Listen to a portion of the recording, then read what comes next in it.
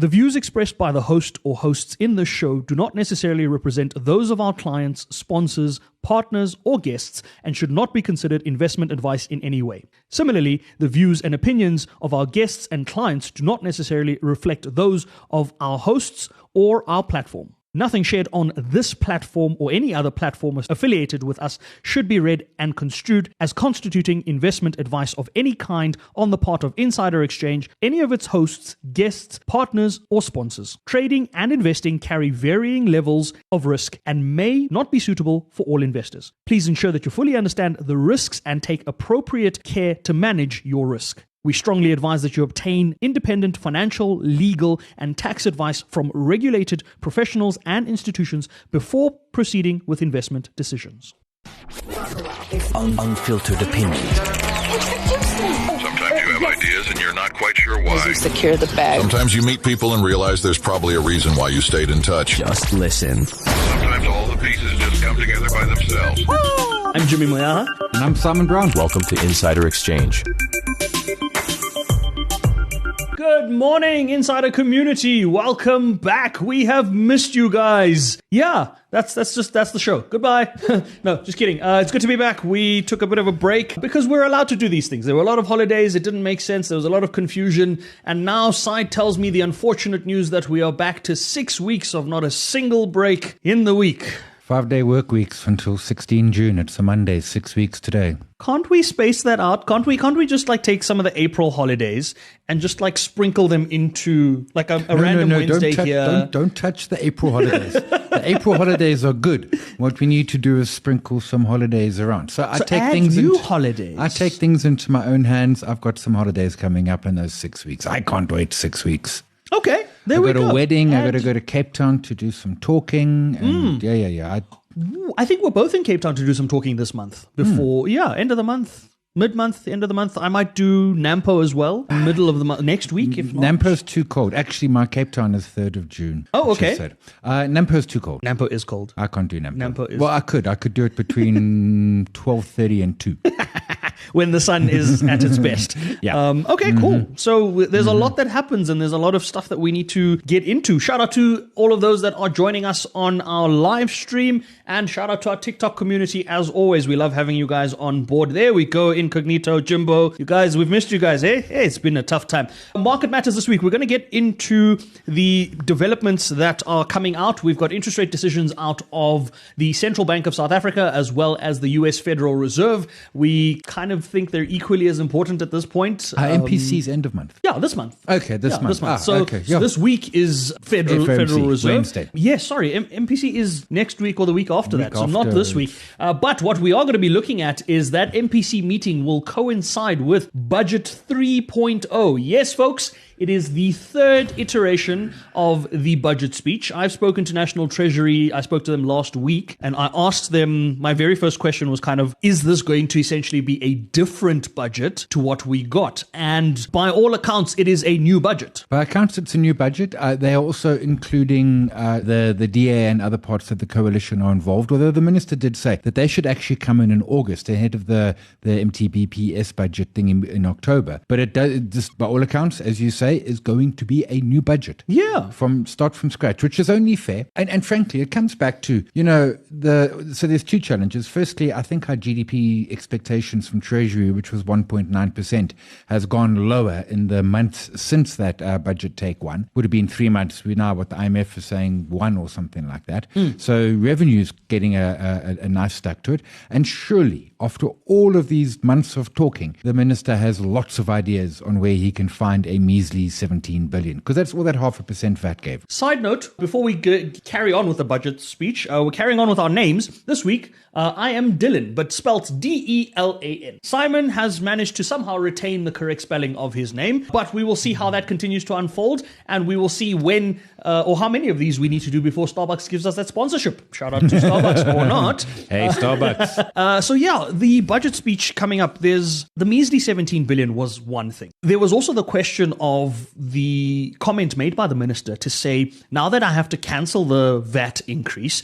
it's now going to cost us 75 billion. So I then went and asked, and I was like, how did we get from, like, the math wasn't mathing. at the time. And the DG of National Treasury said that, well, of course, it was the 17 or 11 odd billion or whatever the amount was for this year. It was next year's which is continuation. So next year's would this be 5 30 billion. Because it could go another 0.5%. Yes, so the new 0.5% and the existing 0.5%, and then the other years and all of that going forward. That takes to 75. Yeah, so they do the medium-term planning and all of that sort of stuff. That math adds, but so you need 75 billion over 3 years. But again, even with the 75 billion over 3 years that you need, getting that from VAT as opposed to getting that from austerity and cutting expenditure, surely that should be a focal point. Surely that should be a starting point to say we have things we can cut back on that are reasonable. And everybody's going to say, oh, but what things and how are you going to justify where to cut or whatever? Folks, 2023 or 2024 financial year, we spent almost 4 billion rand on VIP security. Yeah, and 7 billion on diesel for Eskom. I mean, there's 11. There's 11. There we go. We're not even trying hard. Get us a calculator. We'll try harder. We'll see where we get to. You know what I mean? We can find the 75 billion. And in fact, there's 2 presidential protection unit vehicles parked downstairs.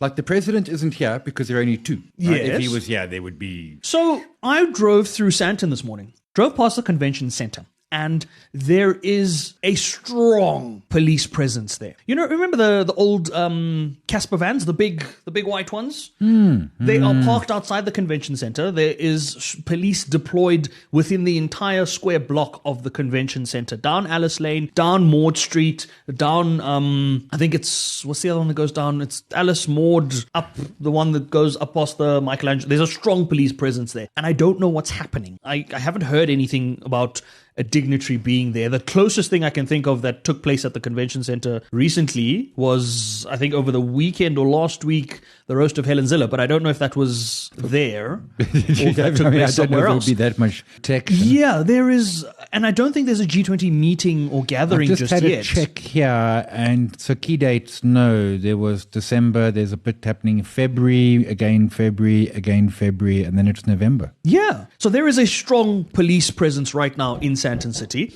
I don't know if we're doing a dry run of some sort. Perhaps it's rehearsal days for November, but that is something else. We're getting sidetracked, folks. We apologize for that. Back to Budget 3.0. We are expecting to see a lot of new things that are going to be announced in this time's budget that might not have been announced in the previous budgets around how they can make up the shortfall and all of that. But is 3 weeks enough for them to rework the entire budget?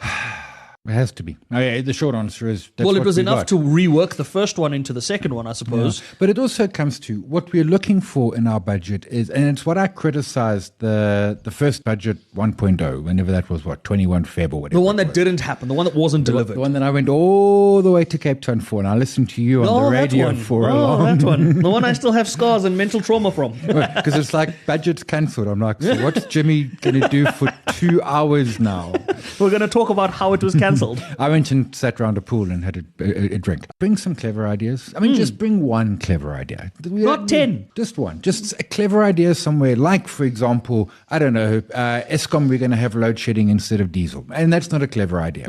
But you know what? VIPs, you're on your own. Here's a stun gun. I mean, something like that. Let's come with at least one clever idea that might not make up all the shortfall, but shows that there is some innovation and cleverness happening in our budgeting process, rather than just some concerted effort. Same old. For example, 20% of our budget is going into education. Come on, really? 400 call it 500. It was 509 billion for this year, which we don't have. Really? We just don't get the bang for buck there. What can we do in that regard? And I'm not saying that we should cancel the National Student Financial Aid Scheme. I think that's a good idea. I don't think we should attack the social grants. I think they're important. But let's come up with some clever ideas. Let's issue some, I don't know, maybe we issue 100-year bonds at 0% or backed by gold. You get gold bars at the end. I don't know, something like that. Let's come up with something different and clever. Okay. So I support the innovation aspect of it. But what we've seen in the past is it's not South Africa's inability to raise capital, to raise money, to raise revenue. Edward Kieswetter and his team at SARS had a surplus above expectation of 8 billion rand. They can find the money. It's how the money's deployed, isn't it? Well, and that is the problem. Which is where the budget comes in. And it comes comes back to our, to our spending. And so for the education, and I can't, the facts are so out of date, I'm not even going to quote him, but like we spend way more than Mozambique per kid on education, and yet Mozambique is in like top quartile and we're in the bottom quartile. It's that we spend our money badly and inefficiently, and that is the challenge.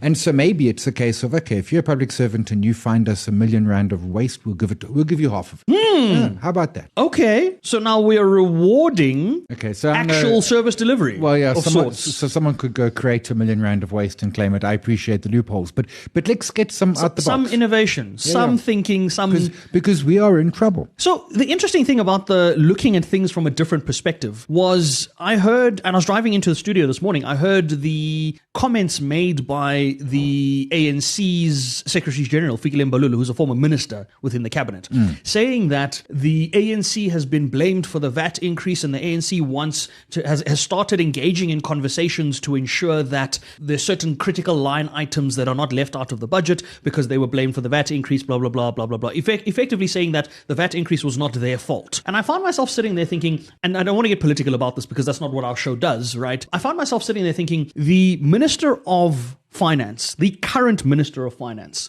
was deployed from the ANC by the President of the ANC, granted in his capacity as the President of the country or whatever, but he's not a opposition party deployee. So how far off is the policy that you can say, oh, this was not an ANC idea, but rather let's throw the minister under the bus and say this was a Minister of Finance idea and he came up with it all by himself. Now, the Minister of Finance in the past has owned up to it. He's never been shy to own up to the decisions that he's made in putting together the budgets with his teams and all of that. And I applaud him for that, right?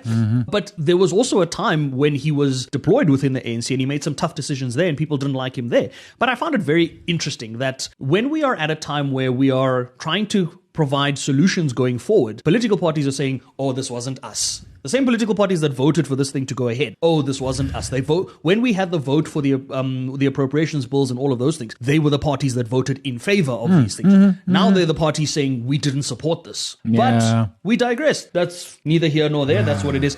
I want to get your thoughts on something, Simon. James wants to know our thoughts on ASP Isotopes plans to list in South Africa. Now, they're listed in the NASDAQ. I spoke to the ASP Isotope chairman and CEO last week about their planned listing. Poor man. They intend to come and list in South Africa. They've got a listing in NASDAQ, so this would be an inward listing into South Africa. And I raised the point to say you don't often see those things happening, right? Inward listings and all of those sorts of things. Now, the timing of that is one thing. I also raised the point of saying, but tensions are straight between the US. Why Yeah, I asked him about tariffs. He didn't like that question at all. Yeah, he said to me, look, a lot of the things that they produce at the moment are kind of exempt from the tariff regime as it stands, and they hope that it'll stay that way. So they'll be okay from that perspective. But your thoughts on the listing overall from a market's perspective? No, look, new listings are great. It's nice to have so it is actually a South African company. It's mostly out they've in got Pretoria. They've got about 90% of their staff, 98% or so of their staff here. Et cetera, in South Africa.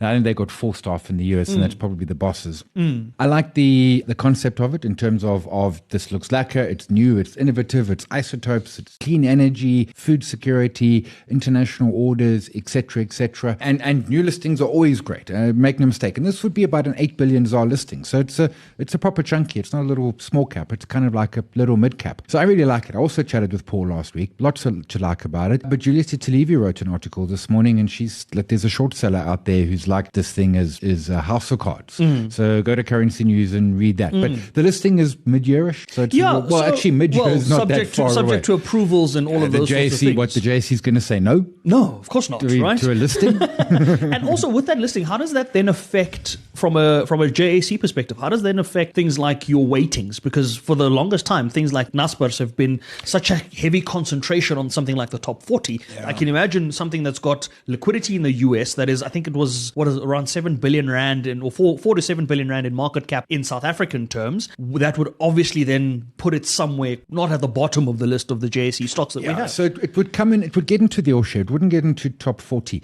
So the way they typically do it is free float on the local shareholder register. In other words, how many South Africans hold it? So let's say market cap's 8 billion, but only 10% of the shares are held in South Africa. In other words, on the straight register, then it actually only gets quantified as an 800 million market cap. So it will probably be quite small unless South Africans go absolutely crazy for it. Now, a big part of it is, won't it be great? And, we're getting some funky tech listings in South Africa. Our current tech listings is like Data Tech and Mustech, and they're leaving, etc., etc. Yes, but, and the but is, don't get me wrong, I like these on the JSE. We could buy them on the NASDAQ. That's fair. That's fair. The difference is, of course, none of us had heard of ASP Isotopes until they made the announcement. Absolutely. Because there's, 10,000 stocks in the US, and how the heck do we find half of them? Yeah, and the other thing as well is when you then start to look at these listings, you look at, if I want to access it via the NASDAQ, do I then have foreign currency exposure and all of that and offshore products and blah, blah, blah? Does it fit into an ETF? All of those sorts of things. So we welcome the listing. We are always happy to welcome new participants and new things. It gives diversity to our exchange. And I think our exchange does need that. I think it does need a lot more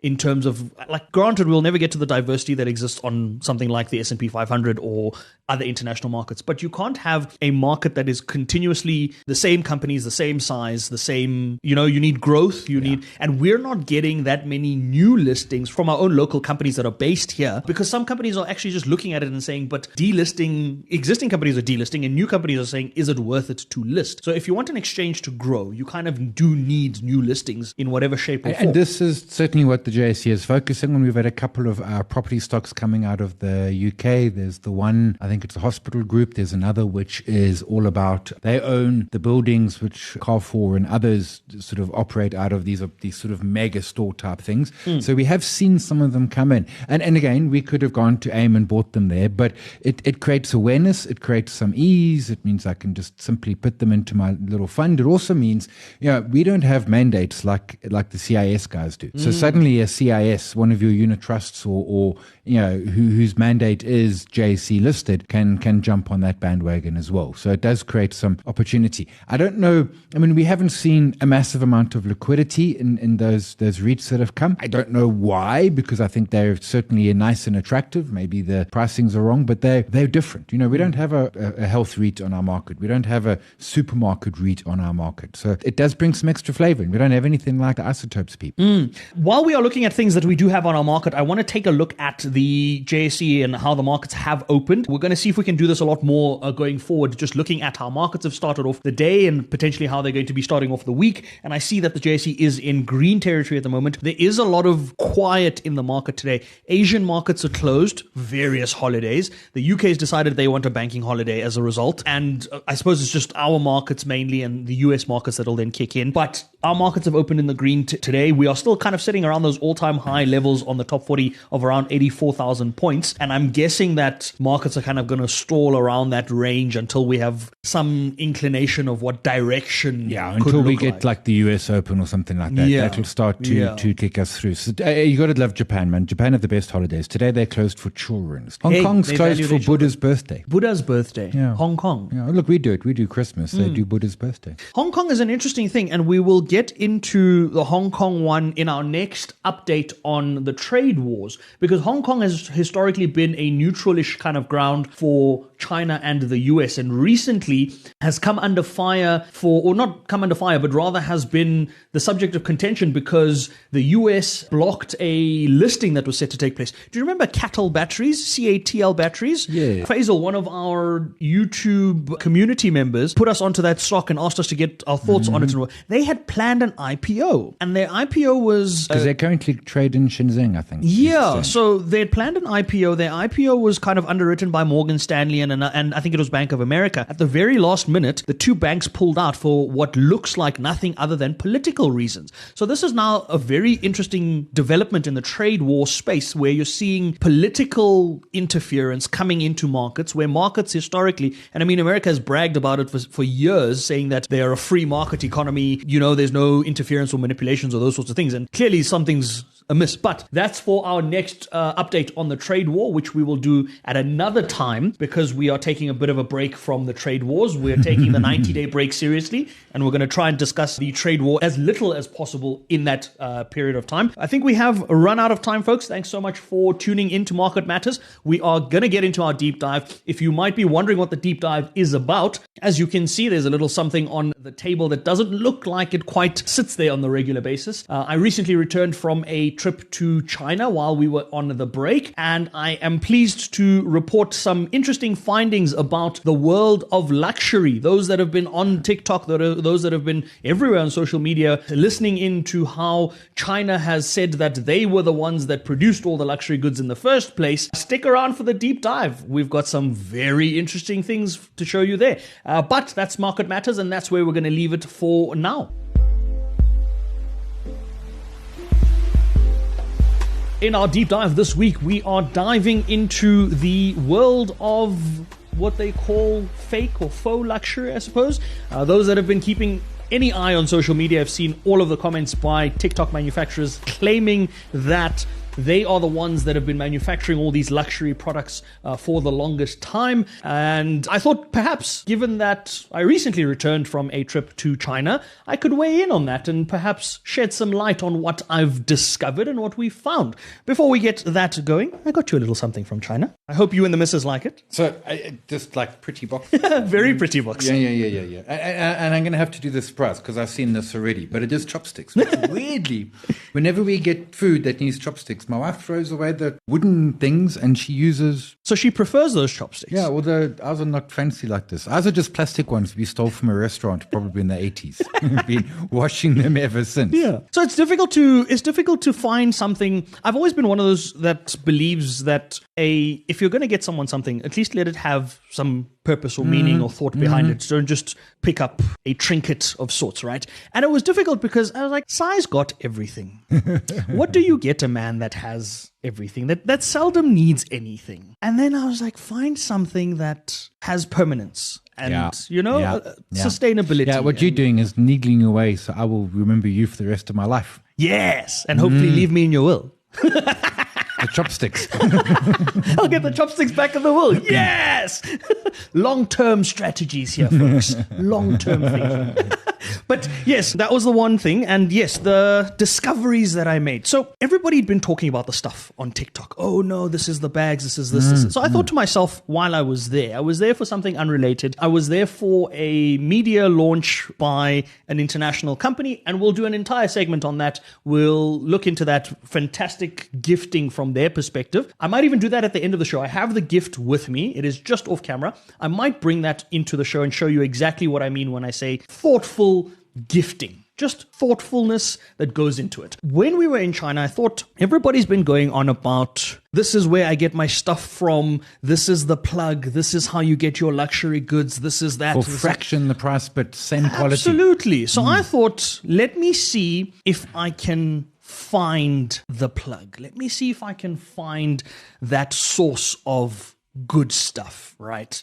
And I may have found something. Whoa. Right? Now, folks, I am not going to tell you that I bought this from their stores or whatever. This was an experiment from our side to see what the state of things are. But it comes in a legit everything. I mean, it claims to be. It even says at the bottom, Maison, Paris, and everything. Right? So let's go through it. Let's see. And I wanted to see this from a quality perspective because for the longest time, everybody's been saying, oh, but the quality is not the same or this or that or whatever, right? And I thought... Well, part of the claim that this was Louis Vuitton stuff that you would buy at Louis Vuitton, but made and then shipped off somewhere else. Out the back door. Right?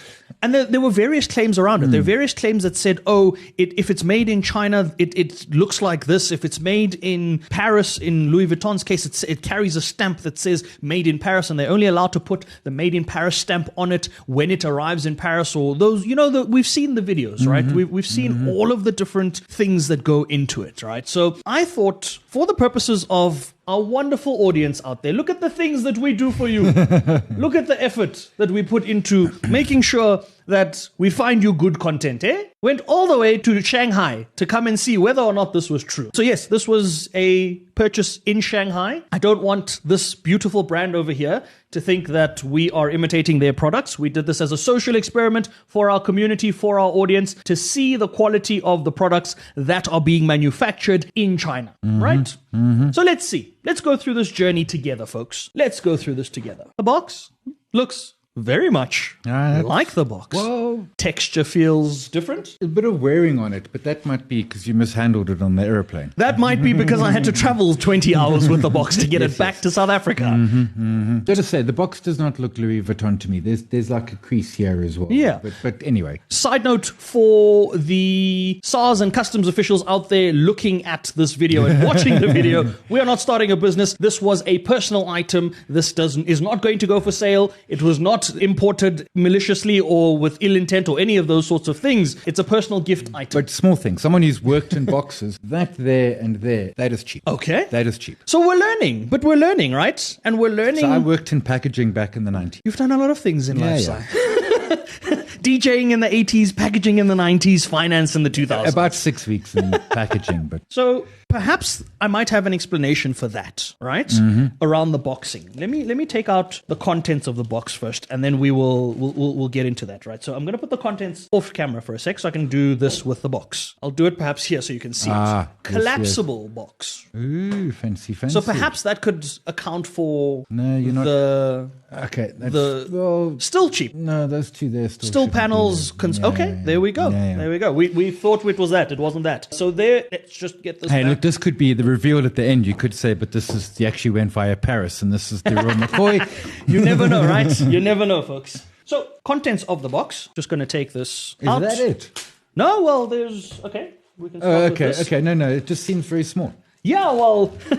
Again, they go through the effort of that sort of thing, right? And this is probably the longest reveal that we've done on this show. But you can kind of see, what does that say? Well, the made in France. Right. And the smaller chain, there's a smaller chain that goes with it, kind of also looks, there we Yeah. go. See? So, But that's not really the mark of the quality, right? That's well, not. I have challenges here. So the made in France, they have stitched over the C and the E at the end, which like Louis Vuitton would never do that. Okay. I mean, that would just not be passable. I would also argue because, so I used to make clothes as well in the 80s. Because, hey, I mean, you're living in Pinetown in the 80s and you want the stuff you see in smash hits magazines that Boy George is wearing. You got to make it because ain't no one selling it. I think the stitching is frankly poor. My mother would whip me for stitching like Okay. So that's on the accessory side of things. We're going to put the accessories aside for a moment, and I want to get into this, what we actually got out of it, right? Initial thoughts on the detailing. looks good. It does, doesn't it? Stitching is better. The stitching is better. No, and so important things, because I did a Google, your O's are round, not oblong. Your spacing on the T's, the one T's a bit close to the I, but I mean... Yeah, but if we're looking at whether or not we're looking at originals, whether we're looking at replicas, What's important is there's consistency. Yes. Whereas oftentimes you won't get that level of consistency as the pattern repeats. And it's not that the pattern is repeating, is that it is repeating the same every time. And that does, I mean, let's be clear. I've never been within, well, actually, no, that's not true. I once walked into a Louis Vuitton shop and then they walked me straight out. I mean, that's the closest I've been to the real deal. So I'm not quite sure what. Whoa, there's one inside. Yeah, so this is a set, right? But I want you to take a look at the inside, and I want you to take a look at like some of the smaller things, the smaller details, right? So this stitching is much better. Yeah, but that's the product, remember? So that's the product that we're except selling. if you're the luxury oak, you want to keep it top to bottom. I mean, the whole luxury is. I mean, your stitching here is much better. There's plastic on it, but I suppose that's to protect it. For those of you that are listening to the show and not watching the show, I'd encourage that you go watch the show on YouTube. But just to give you an idea of what Simon is holding in his hands, he's holding a small Louis Vuitton purse that we are just looking at to examine just the overall quality and the look and the feel, and how does the leather feel, and how does the the craftsmanship feel. There's always been this misconception or this conversation in the past around, Chinese goods are not of the same quality or of, a higher standard of quality. And I found myself impressed with what was available here, right? I want to give you the smaller bag, Simon. And I want you to look at these little locks on the end. Look at the detail that they've got onto the LV thing. While you do that, the folks listening in on audio, I want you to listen into the sound of the zip and tell me if those that are experts at these products, tell me if this sounds like the zip it should be. No, wait, I'm pulling it wrong. Give me a second. Here we go. The zip is sticking. The zip is sticking. Is it supposed to? Is it not? No. It's not supposed to stick. So, again, I didn't expect that I was going to... There's more. There's like more. A Russian roll. But it's part of the set, right? So it's a three-piece set. But the whole point around it is the quality here, and you feel the leather. It didn't cost you anything near what it would cost you. Let's be clear. Yeah. We are looking for discrepancies. We are looking to say it's fake. We are being overly pedantic, critical, considering the amount of skill we have in this, which is nothing, to be clear. I mean, that zip is sticky, but I mean, all in all, I mean, I don't know. If I'm carrying If you told me that was the Royal McCoy, you'd believe it. I think you get paid too much. Right? So if I'm carrying this and I'm holding it, can you, at first glance, see the difference? No. You can't. I don't think so. And that's down to the craftsmanship, right? That's not anything to do with whether or not it's actually the LV ones made there or whatever. And again... Okay, to that point, I mean, there's some issues with the stitching and there's some issues with the box. But I mean, broadly, to your question is the craftsmanship of high standard? Yes.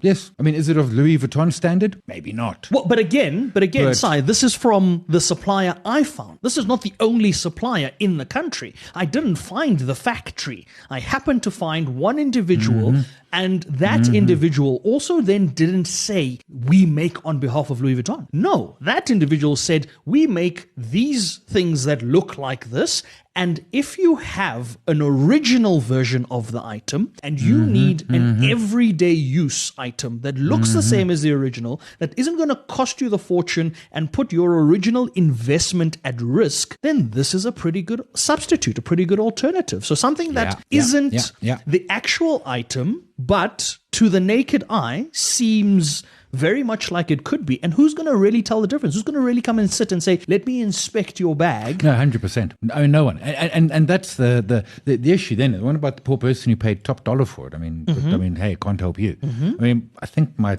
sister-in-law has a real Louis Vuitton and she's like railing against this. But okay, so let's... But yes. So for context, I want to get the price, right?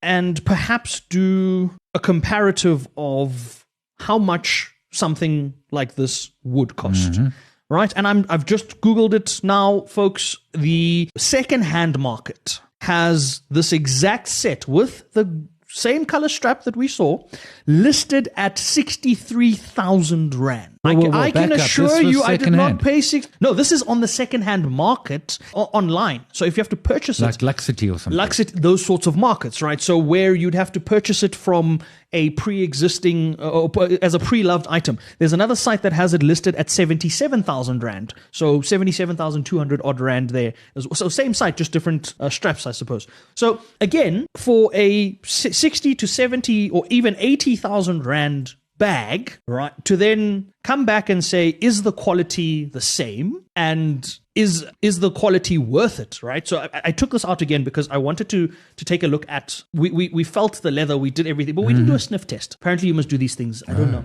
Okay. To smell the leather. Does that smell like it would be of decent quality? It might not be the best quality, but does that smell like it could be somewhat authentic of sorts? It smells like plastic, but I'm a smoker, so you should not be asking me. Should not be asking Si. But yeah, that's so. I think for this wasn't just an experiment around the luxury space, right? It was more than that for me when I was in Shanghai. It was around the state of what China is doing in the world. right? So I went there for, amongst other things, the Shanghai Auto Show. And that conversation was, a lot of exhibitors were there. BMW was there. All the German manufacturers were there. Mercedes-Benz, the works. But there was a strong contingent of Chinese manufacturers and a strong presence made. And it was a concerted effort by China to showcase to the world, hey guys, we're here to stay. Yeah. Hey guys, we're putting things out there. And it's not putting product out there that isn't of global standard and of global quality. Yeah. Because they put it up right China up and against India. all the other I ones. was saying before we started recording, a friend of mine got a Karoo pickup, whatever, Mahindra. Yes. About a third cheaper than the Hilux. Okay. Drove in it in the weekend. I mean, the real test is in 5 or 10 years when he breaks down in the middle of Zaire and he can't find no, Zaire doesn't exist anymore, Tanzania, whatever, and he can't find a repairman or Mahindra leaves. That's the real test of it, although Mahindra's been around for a while already in country and a lot longer in India. But like, it was a third cheaper, and I've driven Hiluxes and now this, and I'm like, yeah, if you told me this was a Hilux and blindfolded me, I would have said cool. So this is the conversation I had a couple of weeks ago around the car market as well, to say the Chinese manufacturers, and it was a very clear conversation in China as well. The Chinese manufacturers are coming in at a lower cost inherently on all the products. Yes. And they're also realizing that they need to provide the maintenance, the support, the after-sale service in the case of vehicles and all of that stuff. And they're doing that. And they're doing it, and they're coming at quality. Now, there's partly a reason why they do it, and it's because what China does, and so take motor vehicles, is they say we want to become a global leader in motor vehicle production, most notably battery and battery sort of allied techs, etc. Not necessarily exclusive, hybrids, plug-ins, etc., etc. And they basically sort of create this industry where the majority fail, and they're like, that's cool, but some won't. So then BYD come through, Cattle come through with the amazing battery tech. I mean, I was reading up on some of their latest battery developments. I mean, and whereas in theory, capitalism does the same in that, you know, the good rise and the weak fall aside, but there's not that ability to innovate an entire industry from scratch. And that's what China can do. India, to a much lesser degree. I mean, Mahindra is part of the Tata Group, and they've got the capital and stuff behind it. But I mean, what they are pushing out in terms of vehicles now is insane at crazy prices. And to be clear, quality is by all accounts brilliant. It's the same conversation we had 2 weeks ago when we had our last show, to say it was drawing on that conversation from Stephen Bartlett around the rate of experimentation. They're not afraid to experiment. They know that not all the experiments are going to be successful, but the ones that are successful make up for the ones that are not, you know. So that kind of mindset is not a new thing. Yeah. It's something we have seen being played out for centuries. Yeah, and to be clear, it is a command economy. Yes. That gives them a head start in it. But the point is, it's working. So interestingly enough, on that command economy side of things, you'd think that a lot of people would have a sort of predisposition towards that or feel some kind of way around that, right? And you speak to some people on the ground around that, and they're actually happy with that. They're actually saying that when the Chinese government says, this is the industry we're moving in, this is the policy, this is what needs to be done, business adapts, business moves. Things just happen that way. Now, we can get into whether or not that's the right way to do it, whether it's not the right way to do it, what all of those things. Sure, but look what it's done. Exactly. Look where we stand Look at the today. results. Look at the results where companies are. I think when you're traveling in Shanghai, at least, I don't know if it's the same for all the other cities and all of China, but when you're in Shanghai, the number plates, the registration plates on the vehicles, you get a blue registration plate and a green registration plate. Now, I asked the locals why they are different colored plates. The blue is ICE engines. The greens are electric engines. Oh, wow. Right? Wow. How to name and shame. No, it goes a step further. If you are purchasing an an electric vehicle, then the green plate is fine, company registrations, all of those things are okay.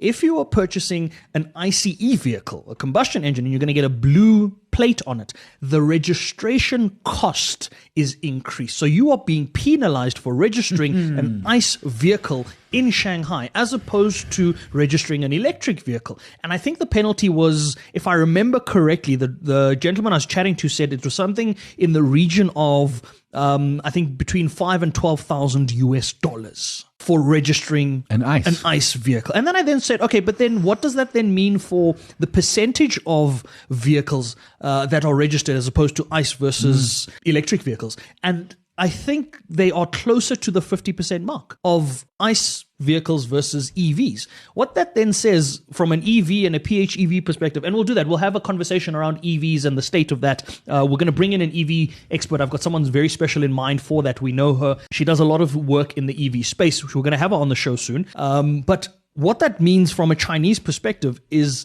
then that you're seeing more electric vehicles in places like Shanghai, right? And you'd think, who manufactures them? It's not Tesla. No. Tesla's not the big footprint. It's BYD that holds the market share. BYD can do a car for under $10,000. I don't know if you saw the Slate peeps who came out with the sort of build your own thing. I mean, with your federal tax advantage, that's $20,000 and it hasn't got kit. Like there's no radio or infotainment. That's added extras. Tesla comes in at what, 35 or 40. I mean, it's not that big. And again, the BYD is not a B grade car. I saw something very interesting. I'm trying to remember who the manufacturer was of the electric vehicle, and we're getting a little sidetracked here on that. But you could, I think it was NIO, Chinese manufacturer, NIO. They've got stations. You don't go in and charge your vehicle. You drive in, they remove the battery and swap it and put in a new one, which I thought was genius because I can now still charge that battery, but not inconveniencing the consumer or the customer. And those charging stations are safe, secure, all of those sorts of things. But I mean, Cattle's now got to the point where they can get you, and I forget the exact numbers, but a couple of 100 miles of range on 5 minutes of charge, which is what it takes to fill up an ICE vehicle. So there we go. So equally your long the same. wait is like, so supercharging, fast charging, and all of that is going to. So this is the thing. Like things are evolving, and at the rate at which they're evolving, the question then becomes: does it really matter if it's made in China? And that speaks to everything else, right? That speaks to the luxury goods, the vehicles, all of it. So as long as so the risk for South African is always, and I remember about 15 years ago, my sister wanted to buy a Suzuki car, and I said, yeah, but they knew, are they going to be around in a decade and a half? Because I'd had a friend who had bought a Citroen or something, and the brand came and then the brand left, and it was a absolute disaster.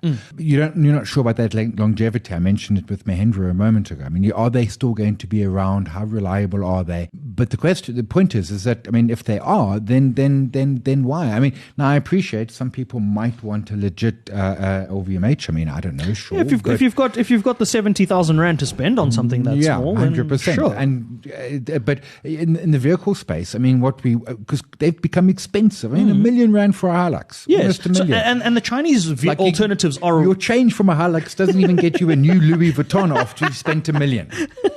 And so the question around that also then becomes, if we are looking at the longevity and the sustainability of certain things, China is coming out with things like a 7-year warranty on a vehicle. Yeah. So well, that's actually a good point. So the Mahindra came 5-year, 90,000K service plan. I mean, they are whipping.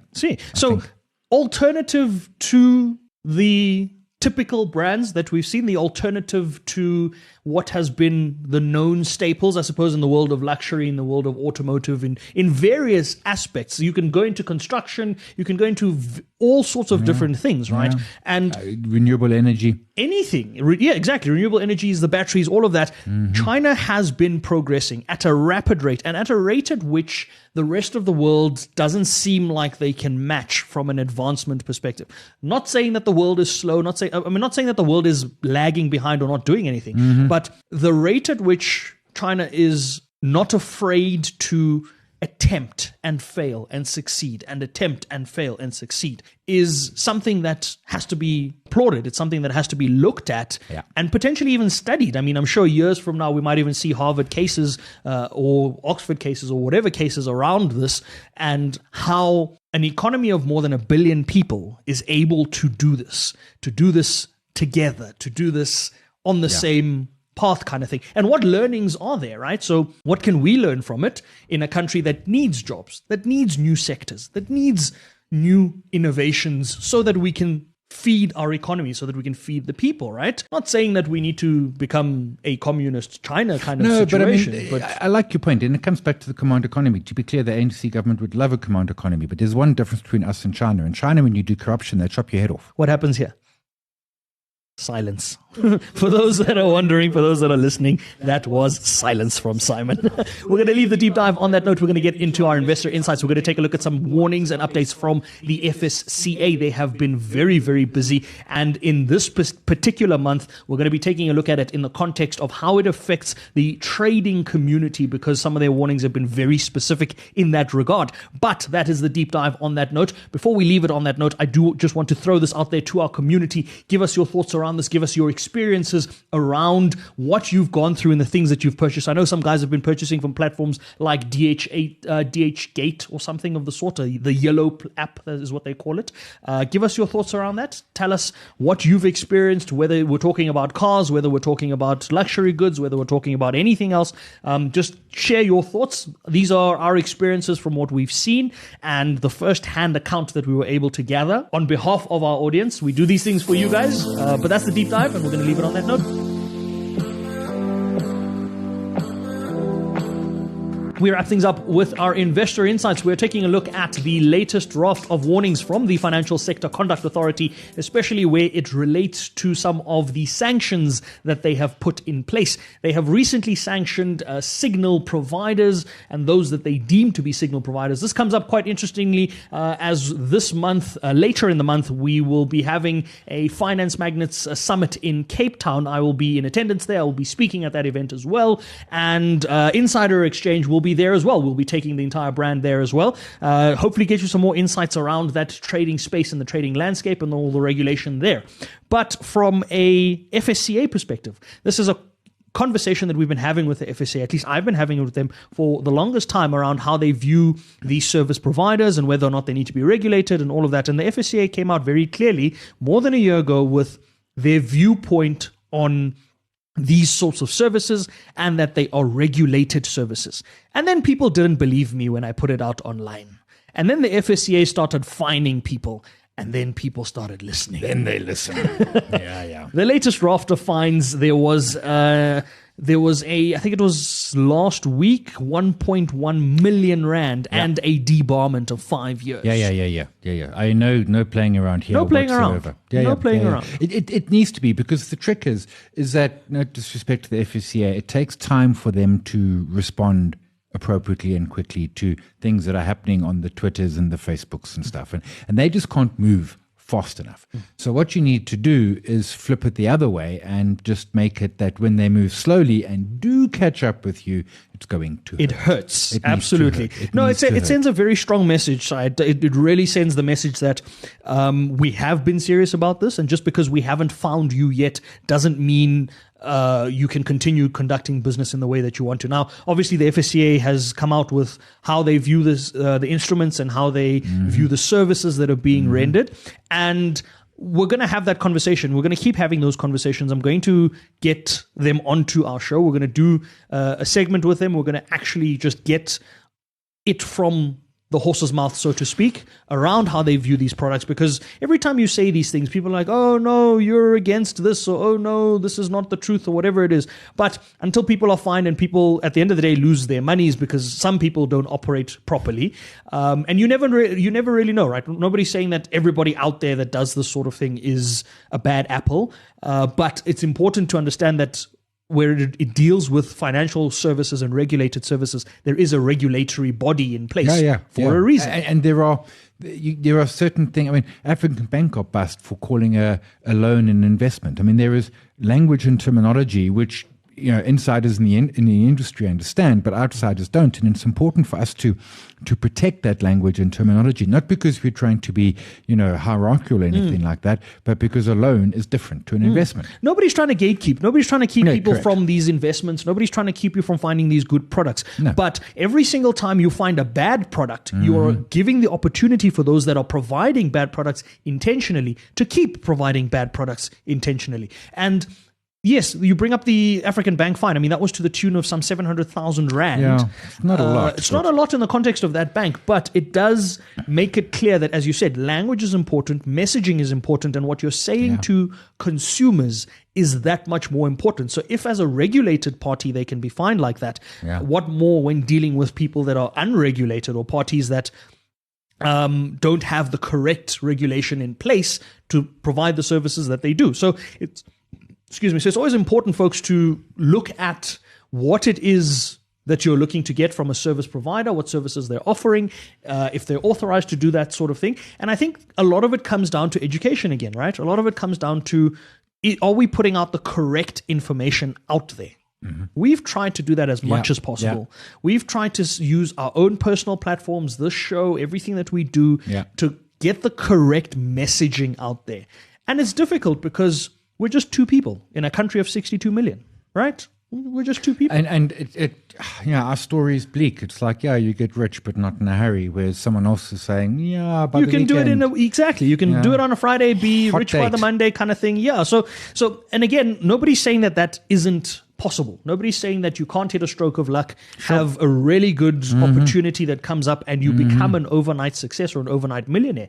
But the message that's being peddled around the fact that that is the only way to do it, or that is the best way to do it, or that is the way that it should be done is unfortunately a message that is going to end up in more heartache than anything else. It's just wrong. Short answer. It's just not right, and that's the key point. And I do think, and I appreciate. FSCA has a tough job. They've got to obviously administer regulate all the registered FSPs, and there are plenty of those. Yes. And and within that, there's a tiny subsect going a little rogue, but then it's everybody else. And I remember once with someone who was running a scam, and I approached FSCA, but also the SAPs and the NPA, because maybe they've got, and they were like, they just don't understand what's happening here. I'm like the Oak were having a Dodge crypto, and they didn't understand crypto, and this was over a decade ago, but And absolutely around the not understanding. There have been times where you've had conversations and people don't understand what a CFD is, let alone how the product works, how it, you know what I mean? So the world of financial products is probably the most complex in terms of the financial services offerings, right? And it doesn't get any easier. Anyone that says to you, we can make it seem like child's play, it's not. It's a complex world, and it's not for everybody. And you can't be going around saying to people, put your life savings into something you've never heard of, you don't understand, and all of those sorts of things. But on that note, folks, as I said, we will be in Cape Town for the Finance Magnates Summit that's taking place at the end of this month. We will be there as Insider Exchange. We'll do some engagements and content from that side of it as well for you. And I'm going to see if I can get the FSCA directly to speak to us on that matter, because I think it's such an important matter to be able to protect people, not just from the people offering services that they shouldn't be, but also from things like impersonators, right? People coming in, pretending to be Simon Brown, adding you on TikTok or on Instagram or whatever and saying, hi, I'm Simon Brown, send me £100 because my enemies are after me, or whatever it is that the reason that they're giving you in that situation. Those are the things you need to be aware of, and those are the things you need to be avoiding. Yeah. And it is just that. And it is, there's a compelling story always, but the compelling story is frankly bogus. But the reality is that people are keen.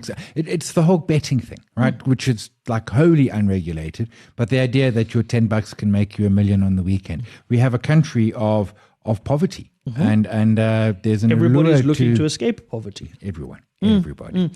And we're not saying that the poverty must remain. We're not saying that by any stretch of the imagination, folks. We're just saying that when you are looking to make these decisions, make a wise decision so that you don't regret the decisions that you end up making. We're going to leave that conversation on that note, and we'll pick it up at another time. We're going to look at what we are adding to our wall. This week, we are adding something that follows through from our deep dive conversation. We're adding a luxury stock to our wall. We're going to see where we put it, because this luxury stock has recently become the most valuable luxury brand in the world, dethroning the LVMH group in terms of valuations. And I'm referring to Hermes, the creators of the Birkin and the Kelly and many other luxury bags that are retailing for more than a car.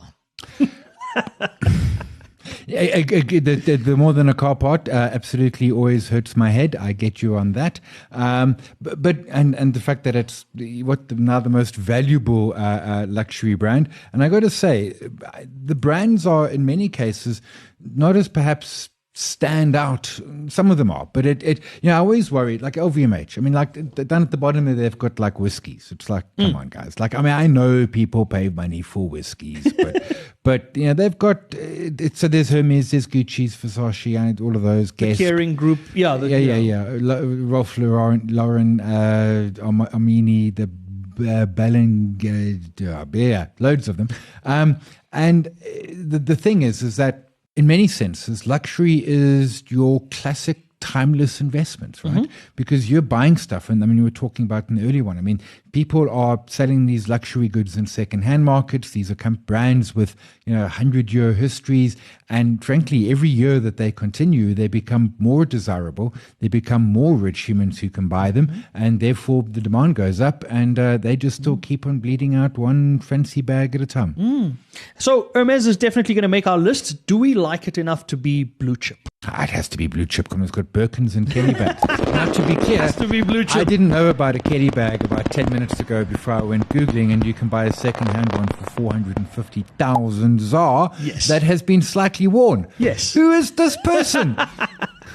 So the luxury space is quite an interesting space, and this stretches not just to the bags and stuff. It's the vehicles and all of that.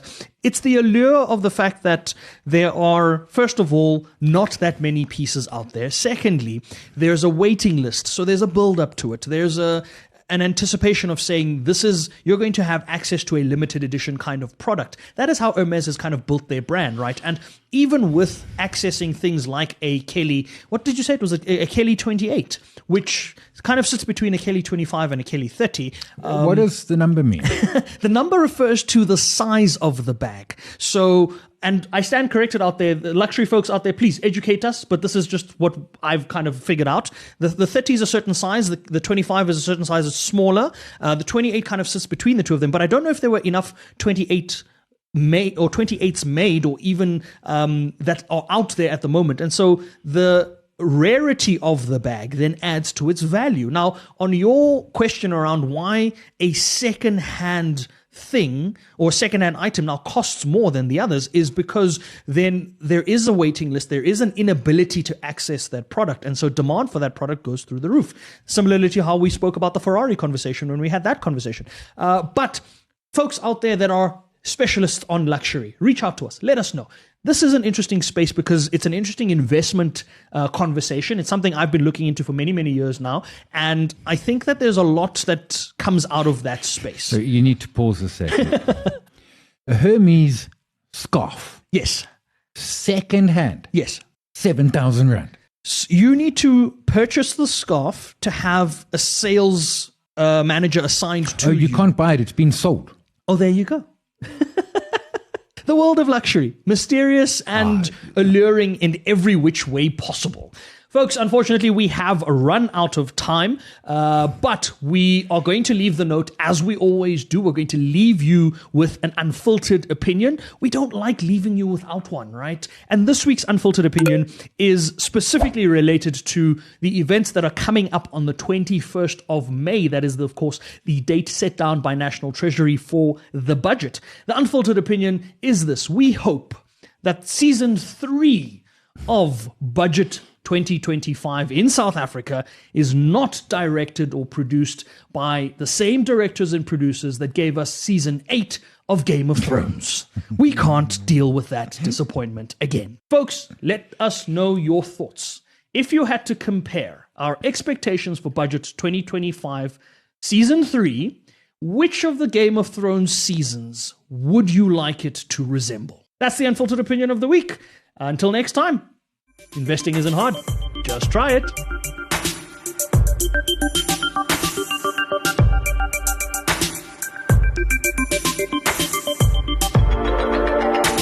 The views expressed by the host or hosts in this show do not necessarily represent those of our clients, sponsors, partners, or guests and should not be considered investment advice in any way. Similarly, the views and opinions of our guests and clients do not necessarily reflect those of our hosts or our platform. Nothing shared on this platform or any other platform affiliated with us should be read and construed as constituting investment advice of any kind on the part of Insider Exchange, any of its hosts, guests, partners, or sponsors. Trading and investing carry varying levels of risk and may not be suitable for all investors. Please ensure that you fully understand the risks and take appropriate care to manage your risk. We strongly advise that you obtain independent financial, legal, and tax advice from regulated professionals and institutions before proceeding with investment decisions.